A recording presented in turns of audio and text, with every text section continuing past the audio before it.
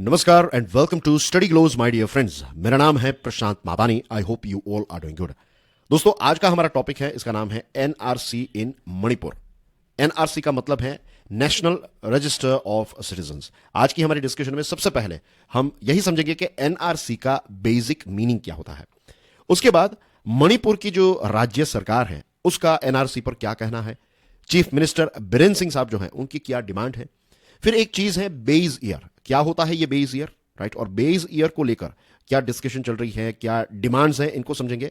और finally central government का जो स्टैंड है उसी के साथ साथ जो मणिपुर के राज्यसभा के जो एमपी हैं उन्होंने भी राज्यसभा में एक डिमांड रखी है, तो वो डिमांड क्या है, उनका क्या कहना है, और उन्होंने 6 पॉइंट्स भी देश के सामने रखे हैं। तो we are going to talk about all these things in detail. ठीक है डियर फ्रेंड्स, आगे बढ़े उससे पहले बहुत ही क्विकली मैंने कोर्स डिजाइन किया है, इसका नाम है limitless leadership, your gateway to greatness. Leadership एक ऐसी स्किल है, एक ऐसी क्वालिटी है जिसको हम इंप्रूव कर सकते हैं। और लीडरशिप का सबसे बड़ा रोल हमारे जीवन में यह है कि हम सब जानते हैं कि हमारे जीवन में चैलेंजेस कभी भी खत्म नहीं होने वाले हैं, लेकिन चैलेंजेस को हैंडल करने की कैपेसिटी जो है वो हम इंप्रूव कर सकते हैं। यह कोर्स आपको यही सिखाएगा। सारी चीजें आपको स्टडी ग्लोज के मोबाइल ऐप पर मिल जाएगी। You can check out my channel curiously education, right, YouTube पर of course. So dear friends, let's start our discussion with national register of citizens. ठीक है, एनआरसी ये जो एक डॉक्यूमेंट है इसका मेन पर्पस क्या है? इसका प्राइमरी पर्पस ये है कि जो इलीगल इमिग्रेंट्स हैं उनको आइडेंटिफाई करना। कैसे किया जाता है? देखिए, एनआरसी जो है वो जब प्रिपेयर किया जाता है तो इसमें हमारे देश के जो सिटीजन्स हैं ना उनका ही लिस्ट इसमें क्रिएट किया जाता है। ओनली एंड ओनली सिटीजन्स, याद रखिए।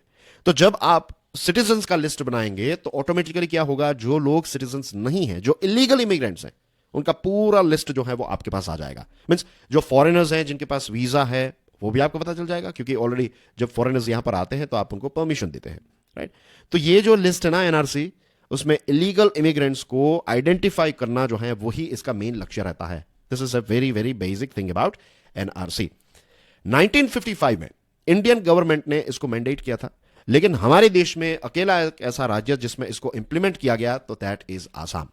और दोस्तों, जब आसाम में एनआरसी को इंप्लीमेंट किया गया तब पता है 2 मिलियन इलीगल इमिग्रेंट्स जो हैं उनको आइडेंटिफाई किया गया। 2 मिलियन यानी कि 20 लाख जितने इलीगल लोग जो हैं वो हमारे देश के राज्य आसाम में रहते थे। तो ये है एनआरसी का एक फायदा, right. NRC is expected to be implemented nationwide. हमारे पूरे देश में एनआरसी को इंप्लीमेंट करने की भी बात है, लेकिन अभी इसको लेकर कोई डेट या फिर चीजें जो है वो फाइनलाइज नहीं की गई है। आई एम श्योर कि एनआरसी की जब भी बात आती है तब हमारे देश में एक प्रकार का प्रोटेस्ट और विरोध और ये सारी चीजें जो है वो भी स्टार्ट हो जाती है। एनआरसी और एनपीआर, एनपीआर का मतलब है नेशनल पॉपुलेशन रजिस्टर, तो इन दोनों में भी एक डिफरेंस है। क्या डिफरेंस है? जो एनआरपी है उसमें सिटीजन्स और नॉन सिटीजन्स दोनों को इंक्लूड किया जाता है, और एनआरसी में क्या होता है, मैंने अभी आपको बताया ना कि ओनली एंड ओनली सिटीजन्स को इंक्लूड किया जाता है। तो आई एम श्योर ये एक छोटी सी ब्रीफ जो है उससे आपको पता चल गया कि what exactly is NRC all about. अब एनआरसी इन मणिपुर जो हमारा आज का टॉपिक है उसको समझने का प्रयास करते हैं। मणिपुर की जो स्टेट गवर्नमेंट है उनका क्या कहना है? देखिए, जब भी चीफ मिनिस्टर कोई स्टैंड लेते हैं तो वो उस पर्टिकुलर राज्य का ही स्टैंड है वो, इज़न्ट इट? क्योंकि वहां के लोगों ने मिलकर वोट देकर एक पर्टिकुलर पार्टी को सीट पर बिठाया है, सत्ता में बिठाया है, और फिर वो जो इलेक्टेड लोग हैं वो सिलेक्ट करते हैं कि भाई हमारे लीडर कौन होंगे। So this is how it works, right. तो डायरेक्टली इनडायरेक्टली लोगों का ही ये डिसीजन जो है वो माना जाता है। एनीवेज, ये बेसिक चीजें हैं पॉलिटी की, एंड आई एम श्योर आप ये सारी चीजें भी जानते ही होंगे। नाउ मणिपुर के जो चीफ मिनिस्टर हैं एन बीरेन सिंह साहब, जिनको आप अपनी स्क्रीन पर देख सकते हैं, उनका एक रीसेंट स्टेटमेंट आया है और उन्होंने ये कहा है कि उनकी सरकार जो है ये 1961 के बाद, राइट, आफ्टर 1961 जो लोग इलीगली मणिपुर राज्य में सेटल हुए हैं उनको आइडेंटिफाई करेगी और उसके बाद उनको डिपोर्ट किया जाएगा। उनका कहना यह है कि यही ऐसे लोग हैं जो इलीगली यहां पर हमारे देश में आ चुके हैं, ये राज्य में आ चुके हैं, और इनकी वजह से डेमोग्राफिक कंसर्न्स जो है वो क्रिएट हुए हैं। मणिपुर की बात है, and as you know dear friends, लगभग 1 साल से ज्यादा वक्त हो चुका है, नहीं 1 साल से थोड़ा कम हुआ है, मई 2023 की बात है, जब से मणिपुर में हमें वायलेंस और इस प्रकार की पॉलिटिकल कंसर्न्स देखने को मिल रहे हैं।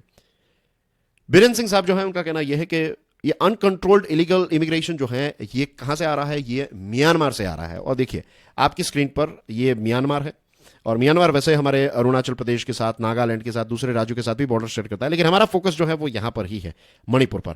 And thanks to Quint for this interesting infographic. तो यहां से अगर आप स्टार्ट करें तो ये जो मणिपुर है उसकी बॉर्डर है म्यांमार के साथ। And let me put this thing in perspective, right? Numbers की बात करें तो 1643 किलोमीटर, कितने?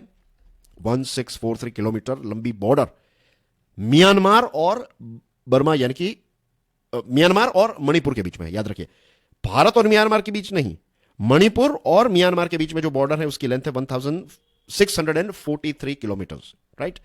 मई 2023 में, जैसे मैंने आपको बताया कि मेतीस जो है, अब याद रखिए जो सीएम साहब हैं वो मेती कम्युनिटी के हैं, तो मेतीस और कुकी जोमीज के बीच में एथनिक कॉन्फ्लिक्ट स्टार्ट हो गया मई 2023 में। और ये इश्यू जो है ये एक बहुत बड़ा इश्यू बन गया, एज यू नो। और तब से इलीगल इमिग्रेशन जो है वो सेंटर स्टेज में रहा है कि भाई म्यांमार से जो लोग इलीगली यहां पर आ चुके हैं, मणिपुर में आ चुके हैं, और ये लोग जो है ये यहां पर ट्रबल्स क्रिएट कर रहे हैं, तो इन सारे लोगों को निकालने की जरूरत है। अब म्यांमार से जो लोग आए हैं उस कम्युनिटी का नाम क्या है, ये चीज आपको पता होनी चाहिए। पता है क्यों? कई बार आपको इस प्रकार के प्रश्न जो है ना वो एमसीक्यू में पूछे जाते हैं। आपको ए और बी ऐसे ऑप्शंस दिए गए हैं, राइट? ऐसे टेबल्स दिए गए हैं। तो यहां पर लेट्स से कम्युनिटीज के नाम और फिर देश के नाम लिखे गए होंगे, तो you should be able to identify them.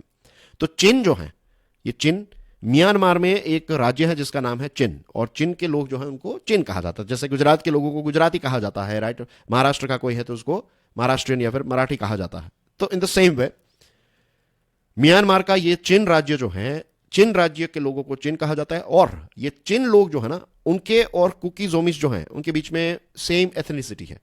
तो बहुत सारे ऐसे चिन लोग जो है वो कुकी जोमीज बनकर, या फिर ये कहते हैं कि भाई हम कुकी जोमी ही हैं, हमारे रिलेटिव को मिलने के लिए आए हैं, थिंग्स लाइक दैट। और फिर ये लोग म्यांमार से मणिपुर आ चुके हैं। अब बीरेन सिंह साहब जो हैं उनकी सरकार का कहना यह है कि अगर नंबर 1 कोई रीजन है जिसकी वजह से ये डेमोग्राफिक बैलेंस बिगड़ा है, तो that is because of this chin people जो इलीगली मणिपुर में आकर बस चुके हैं। सेंट्रल गवर्नमेंट ने 2 बड़े अनाउंसमेंट किए, उनके बारे में भी बीरेन सिंह साहब की सरकार ने बताया है। नंबर 1 इज, सरकार ने यह कहा है कि ये 1643 किलोमीटर लंबी जो बॉर्डर है ना इंडिया और म्यांमार के बीच में, इसमें एक फेंस क्रिएट की जाएगी, राइट? दूसरी चीज जो बताई है वो ये है कि इंडिया और म्यांमार के बीच में ये जो फ्री मूवमेंट रेजिम है तो उसको सरकार ने अब कैंसिल कर दिया है, राइट? आप फ्रीली म्यांमार से इंडिया अब नहीं आ सकते, you have to have permissions. तो सीएम बीरेन सिंह साहब जो हैं वो एक लंबे समय से ये कह रहे हैं कि जल्द से जल्द ये एनआरसी जो है वो मणिपुर में इंप्लीमेंट की जाए, ठीक है? हाल ही में एक इवेंट हुई थी और इस इवेंट में भी उन्होंने ये बताया है कि it's not just about ethnic crisis, it's more than that, it's about the existence, identity and survival of the state. पूरे राज्य के एग्जिस्टेंस, आइडेंटिटी और सर्वाइवल की ये बात है। और इनका कहना यह है कि पास्ट में कुछ विजनलेस पॉलिटिशियंस जो हैं, कुछ विजनलेस लीडर्स ने कुछ ऐसे गलत डिसीजंस लिए, उनकी वजह से उनके जो पास्ट के फेलियर्स हैं, पास्ट के जो इश्यूज हैं या फिर उनकी जो गलतियां हैं, उसका इंपैक्ट आज की प्रेजेंट जनरेशन को सहना पड़ रहा है। इसी के साथ उन्होंने ये भी कहा कि अच्छा हुआ कि सेंट्रल गवर्नमेंट ने ये एफएमआर को स्क्रैप कर दिया और इसी के साथ ये पोरस बॉर्डर जो है उसको फेंस करने की बात बताई है। उन्होंने ये भी कहा कि 1961 के बाद आने वाले जो लोग हैं उनको डिपोर्ट करने की प्रोसेस जो है वो भी स्टार्ट की जाएगी, तभी जाकर ये सेंस ऑफ सिक्योरिटी जो है वो उनके राज्य में स्थापित होगी। रही बात आईएलपी की, जिसको इनर लाइन परमिट कहते हैं, तो इसको बेस ईयर रखने की बात है। 1961 जो है उसको बेस ईयर रखने की बात है। So anyone coming to the state after 1961 which is the base year for the inner line permit system will be identified and deported irrespective of caste और कम्युनिटी। ये स्टेटमेंट उन्होंने दिया और कहा है जब ये चीज की जाएगी तभी मणिपुर जो है वो सिक्योर बनेगा। अब बेस ईयर क्या है इसको देख लेते हैं। जून 2022 में कैबिनेट जो है, बीरेन सिंह साहब की कैबिनेट, उसने 1961 को बेस ईयर के तौर पर ग्रीन सिग्नल दे दिया, राइट? ये इनर लाइन परमिट जो अभी मैंने आपको बताया ना, तो इसका मतलब ये होता है कि एक ऐसी system, a system under which outsiders who are not permanent residents, indigenous people of Manipur are required to get a government permit to enter the state. इसको कहते हैं इनर लाइन परमिट, कि आप आउटसाइडर हैं, आप इंडिजिनियस लोगों का पार्ट नहीं है, आप बाहर से आए हैं, तो आपको अगर मणिपुर में आना है तो आपको जो सरकार है उसकी परमिशन लेनी पड़ती है। तो इसको कहते हैं इनर लाइन परमिट। तो बीरेन साहब की सरकार ने यह तय किया कि 1961 जो है उसको बेस ईयर के तौर पर रखा जाएगा। उसके बाद आने वाले जो लोग हैं जिनके पास परमिशन नहीं है, जो इलीगली आए हैं, उन सबको आइडेंटिफाई करके निकालने की बात है, राइट?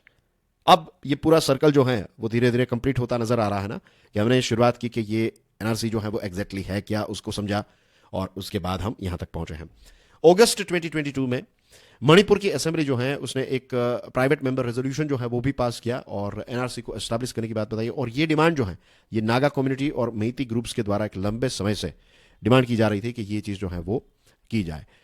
दूसरी जो एक चीज है वो ये है कि कुछ ऐसे ग्रुप्स हैं, उनका कहना यह है कि भाई 1961 नहीं, आप 1951 को बेस ईयर बनाइए, क्योंकि उनका कहना यह है कि 1950 से 61 के बीच में 10 लाख जितने इलीगल इमिग्रेंट्स जो हैं वो ऑलरेडी मणिपुर में आ गए थे।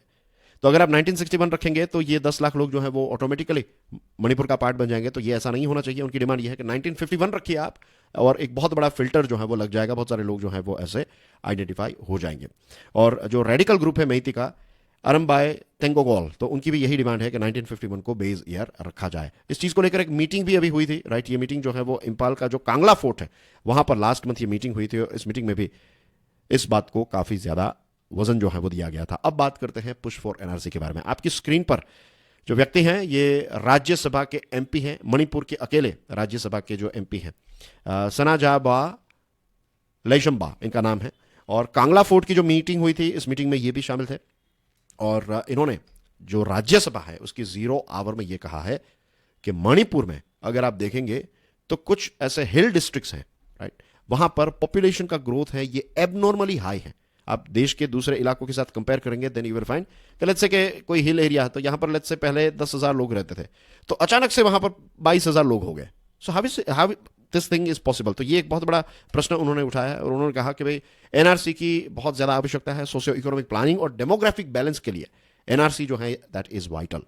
उन्होंने ये भी कहा कि ये एबनॉर्मल पॉपुलेशन ग्रोथ जो हुआ है उसके पीछे 6 बड़े रीजन हैं। एक तो है पोरस बॉर्डर फेंसिंग, दूसरा है access to free movement regime, negligence of security forces in guarding the borders, uncertainty and turmoil in the neighbouring country. Of course Myanmar में एक लंबे समय से ऐसी सिचुएशन है।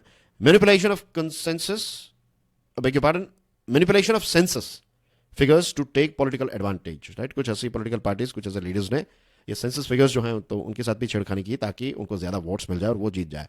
Immigration from neighbouring countries for various reasons etcetera. तो ये 6 बड़े रीजंस बताए हैं। और उन्होंने ये भी कहा है कि ये जो एथनिक क्लैशेस हो रहे हैं उसके पीछे भी, पूरे नॉर्थ ईस्टर्न रीजन में जो एथनिक क्लैशेस हो रहे हैं उसके पीछे मेन रीजन जो है दैट इज कि ये 6 फैक्टर्स, राइट। और उन्होंने ये भी कहा है कि जल्द से जल्द नेशनल सिक्योरिटी को ध्यान में रखते हुए, हमारे देश की सुरक्षा को ध्यान में रखते हुए मणिपुर में जल्द से जल्द एनआरसी को इंप्लीमेंट किया जाए। So dear friends, I hope आज की हमारी इस डिस्कशन से आपको एक कॉन्सेप्चुअल क्लैरिटी मिली होगी। Right dear friends, so do check out limitless leadership. जैसे मैंने आपको बताया, इस कोर्स के साथ जुड़ी हुई सारी डिटेल्स आपको स्टडी ग्लोज के मोबाइल ऐप पर मिल जाएगी। And do check out curiously education as well. This is Prashant Mamani, I am signing off for now. I will see you soon. Till then enjoy your studies. God bless you all. जय हिंद।